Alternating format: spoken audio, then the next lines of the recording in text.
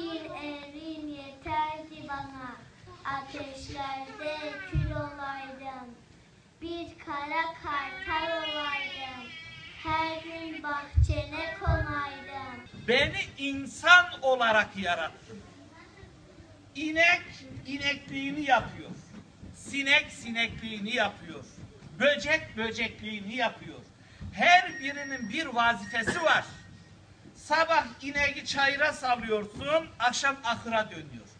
Eli boş gidiyor, sütle dönüyor. Yediği ottur, samandır, kepektir. Ama sahibine sütle geliyor. Onu yaratan Allah ona o vazifeyi vermiş. Beyne demi vel fersi ayetini hatırlayın.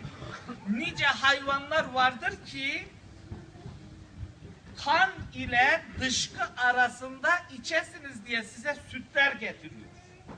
Allah onu onun için yaratmış. Vazifesi insan oğluna hizmet etmek. Kimisi et getirecek, kimisi süt getirecek, kimisi harir getirecek, kimisi yumurta getirecek, kimisi bal getirecek. Almanya'dan katılıyorum.